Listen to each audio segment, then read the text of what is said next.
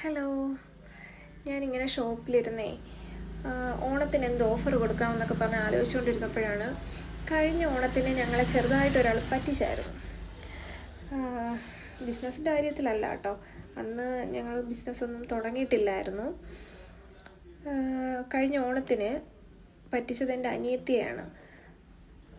ഞാൻ സ്റ്റിച്ച് ചെയ്യാൻ കൊടുക്കുന്ന ഒരു സ്ഥലത്ത് നമ്മുടെ വീടിൻ്റെ തൊട്ടടുത്ത ജംഗ്ഷനിൽ തന്നെയാണ് ഒരു ചേച്ചി, പേര് വിജി എന്നാണേ. ആ ചേച്ചിയാണ് ഞാൻ ഇടയ്ക്കൊക്കെ തയ്ക്കാൻ കൊടുക്കുന്നത്. അപ്പോൾ എനിക്ക് നല്ലതുപോലെ തയ്ക്കുന്നത് കൊണ്ട് എൻ്റെ അനിയത്തി സ്റ്റിച്ച് ചെയ്യാൻ അവിടെയാണ് കൊടുത്തത്. ഓണത്തിന് അവൾ ആഗ്രഹിച്ച് അപ്പോഴത്തെ ട്രെൻഡ് മെറ്റീരിയൽ എടുത്ത് അവൾ 3-4 ഷോപ്പിൽ കയറിയിട്ടാണ് അത് കിട്ടിയത്. അതെടുത്തിട്ട് വീട്ടിൽ കൊണ്ടുവന്ന് ഞങ്ങൾ കണ്ടൊന്നുമില്ല, നേരെ സ്റ്റിച്ച് ചെയ്യാനായിട്ട് അവിടെ കൊടുത്തു. അപ്പോൾ നമ്മൾ പറഞ്ഞ ഡേറ്റ് കഴിഞ്ഞു. അപ്പോൾ ഞങ്ങൾ കോണ്ടാക്ട് ചെയ്തപ്പോൾ പറഞ്ഞത്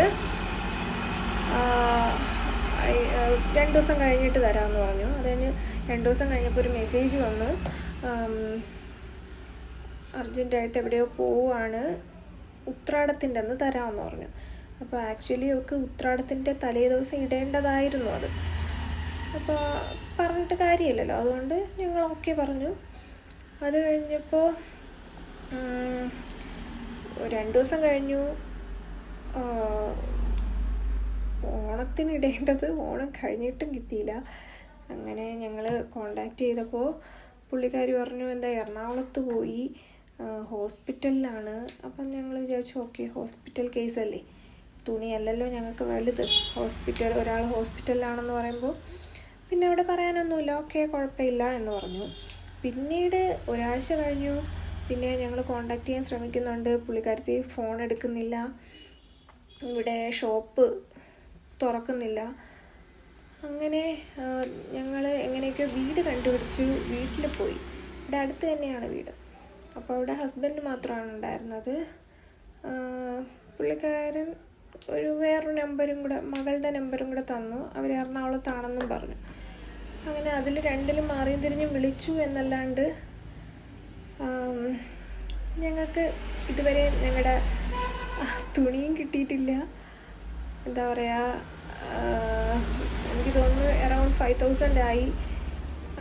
ഒരു മെറ്റീരിയൽ ഒരു 3-4 മെറ്റീരിയൽ കൂടി എടുത്തതാണ്. പിന്നെ അവർ നമ്മളെ ബ്ലോക്ക് ചെയ്തെന്ന് തോന്നുന്നു. പിന്നെ ഒരു 1-2 മാസം കഴിഞ്ഞപ്പോൾ പിന്നെ ഞങ്ങളത് കളഞ്ഞു, വേണ്ടാന്ന് വെച്ചു. എന്നെങ്കിലും പിന്നെ ഒരു മെസ്സേജ് ഇട്ടു, ചേച്ചിക്ക് എന്നെങ്കിലും ആ തുണി തിരിച്ചു തരാൻ തോന്നുമെങ്കിൽ തിരിച്ചു തരിക, ഇല്ലെങ്കിൽ വേണ്ട എന്നിട്ട്. അവസാനം ഞങ്ങൾ പറഞ്ഞു തയ്ക്കണ്ട, തുണിയായിട്ട് ഇങ്ങ് തന്നാൽ മതി, ഞങ്ങൾ വേറെ എവിടെയെങ്കിലും കൊടുത്ത് തയ്ച്ചോളാം. എന്നിട്ട് പോലും ഒരു തൊഴിലിനോടൊരു ആത്മാർത്ഥത ഇല്ലാത്ത, അങ്ങനെയൊക്കെ നമുക്ക് തോന്നത്തില്ലേ, അതുപോലത്തെ ഒരു പ്രവൃത്തിയായിപ്പോയി. പേര് വിജി എന്നാണ്. ഇവിടെ വാളക്കാടെന്ന് പറയും, ആറ്റിങ്ങൽ വെഞ്ഞാറമൂട് റോഡിൽ വാളക്കാട് ജംഗ്ഷനിൽ തുണിക്കട ഇട്ടിരുന്ന പുള്ളിക്കാരത്തിയാണ്. വല്ലാത്തൊരു ഇങ്ങനൊരു അനുഭവം ഉണ്ടായിട്ടില്ല. പുള്ളിക്കാരി എനിക്ക് അയച്ച മെസ്സേജസ് വോയിസ് വേണമെങ്കിൽ ഞാൻ ഇതിലോട്ട് ക്ലിപ്പായിട്ട് കേൾപ്പിക്കാം. കഴിഞ്ഞ ഉത്രാടത്തിന് ഹോസ്പിറ്റലിലായ ആൾ ഈ ഉത്രാടമായിട്ടും ഡിസ്ചാർജ് ആയില്ലേ എന്നുള്ള കാര്യം എനിക്കറിയത്തില്ല. എന്തായാലും ആർക്കും ഇങ്ങനെ സംഭവിക്കാതിരിക്കട്ടെ. പിന്നെ ഒരുപാടാകുമ്പോൾ നമുക്ക് ദേഷ്യം വരുമല്ലോ, അപ്പോൾ പോലീസ് കേസ് ആക്കിയാലോ എന്ന് വരെ ചിന്തിച്ചിട്ടുണ്ട്. കാരണം ഞങ്ങൾക്ക് ആ തുണിക്ക് വേണ്ടിയിട്ടുമല്ല ഇതുമല്ല. ഒരു തൊഴിൽ ആരായാലും ഒരു തൊഴിൽ ചെയ്യുമ്പോൾ ഒരാൾ വിശ്വസിച്ചൊരു കാര്യം ഏൽപ്പിക്കുമ്പോൾ തിരിച്ചൊരു 100% കാണിക്കേണ്ട, ഒരു 50% ആത്മാർത്ഥതയെങ്കിലും കാണിക്കണം. ഒരു മനസ്സിനൊരു ഇത് വേണ്ടേ നമുക്ക്, എന്തെങ്കിലും ചെയ്തു എന്നുള്ളൊരു തൃപ്തിക്ക് വേണ്ടിയിട്ടൊരു പോലീസ് കേസ് കൊടുക്കാം എന്നൊക്കെ ഞാൻ പറഞ്ഞായിരുന്നു. പക്ഷേ അമ്മ സമ്മതിച്ചില്ല, അതാണ് സത്യം. ഓക്കെ, എവിടെയെങ്കിലും ഇരുന്ന് വിജി ഇത് കേൾക്കുന്നുണ്ടെങ്കിൽ ഞങ്ങൾക്ക് ആ തുണി ഇനി വേണ്ട, ആരോടും ഇനി ഇത് കാണിക്കാതിരിക്കുക. ഞാൻ അവരുടെ 1-2 വോയിസ് ഒന്ന് കേൾപ്പിക്കാവേ. വിദ്യ, ഞങ്ങൾക്കൊരു മരണം, ഞങ്ങളിപ്പം പോകാൻ ഇറങ്ങിയിരിക്കുകയാണ്.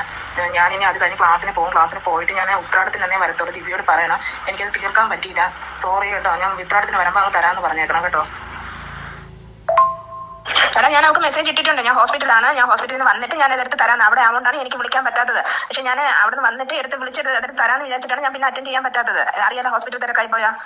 അതുകൊണ്ടാണ് ഞാൻ വിളിക്കുന്നത്. എൻ്റെ ഫോൺ ആണെങ്കിൽ കട്ടായി. ഇപ്പോൾ ഞാൻ ഇവിടുത്തെ വൈഫൈയിലാണ്. ഇടയ്ക്കിടയ്ക്ക് വെച്ച് ആരെങ്കിലും വിളിക്കാൻ വേണ്ടിയാണ് വൈഫൈ ഓൺ ചെയ്താണ് ഇതാക്കുന്നത്. അപ്പോൾ ആ തിരക്കിൻ്റെ എനിക്ക് വിളിക്കാൻ പറ്റാഞ്ഞിട്ടതാണ്. ഞാൻ വീട്ടിൽ വന്നിട്ട് അതിനെടുത്ത് ഞാനങ്ങ് തരാം. 2024 എനിക്കൊന്ന് ഓഗസ്റ്റിലോ സെപ്റ്റംബറിലോ ആയിരുന്നു ഓണം. അപ്പോഴേ ഈ ഹോസ്പിറ്റൽ തിരക്കായ ചേച്ചി 2025 ജൂലൈ ആയിട്ടും ഇതുവരെ ഹോസ്പിറ്റൽ തിരക്ക് കഴിഞ്ഞിട്ടുമില്ല. അവിടെ നിന്ന് ഇവിടെ വരാനും പറ്റിയിട്ടില്ല, ഞങ്ങളുടെ തുണി തന്നിട്ടുമില്ല. എന്തായാലും ഞങ്ങൾക്ക് പറ്റേണ്ടത് പറ്റി. ആരും വിശ്വസിച്ച് ഈ പുള്ളിക്കാരത്തിയുടെ ഒരു തുണിയും കൊണ്ട് കൊടുക്കരുത്. അപ്പോൾ എനിക്ക് അത്രേ പറയാനുള്ളൂ.